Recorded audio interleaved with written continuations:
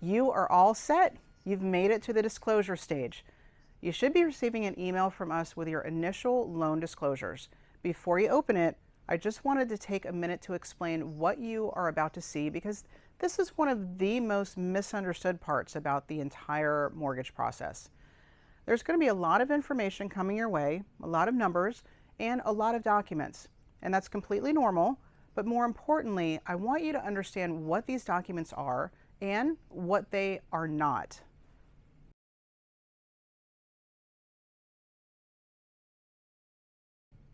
One of the most important things to understand is that these enclosures include a loan estimate, the key word being estimate. At this point, we're still in the early stages of your loan.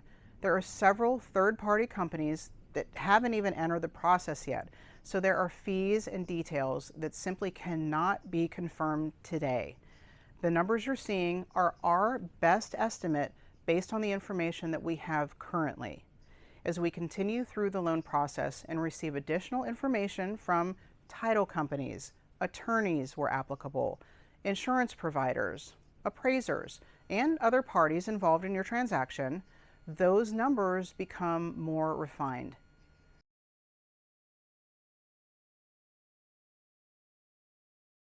I know this stage can be confusing because it almost feels backwards. Federal regulations require us to provide these disclosures very early in the loan process, even before every number has been confirmed. And that's why you hear us refer to it as a loan estimate. It is not intended to be the final accounting of your transaction. While you're reviewing those disclosures, our team is continuing to verify information, communicate with third parties, and prepare your file for underwriting. Every day, we are confirming more and more details so your loan becomes more accurate as it moves forward. Most importantly, signing these disclosures does not lock you into the loan or mean every single number is final. It simply allows us to continue moving your loan through the process.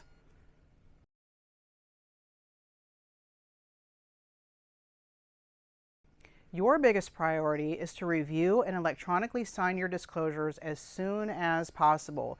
This is a very time-sensitive step, and we are not able to move your loan forward until those disclosures have been acknowledged. Waiting too long can create unnecessary delays and, in some cases, require us to reissue disclosures and restart a required waiting period. If you have a question about anything that you're reading, please don't guess. Pick up the phone, send us an email, or text us. We would much rather spend a few minutes walking you through the questions and concerns that you have instead of wondering if something is wrong.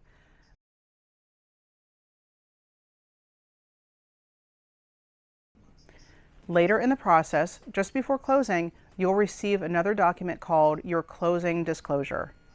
Unlike today's loan estimate, that document is going to reflect your actual finalized numbers. We'll review it with you, answer every question that you have, and make sure that you are completely comfortable before heading to the closing table.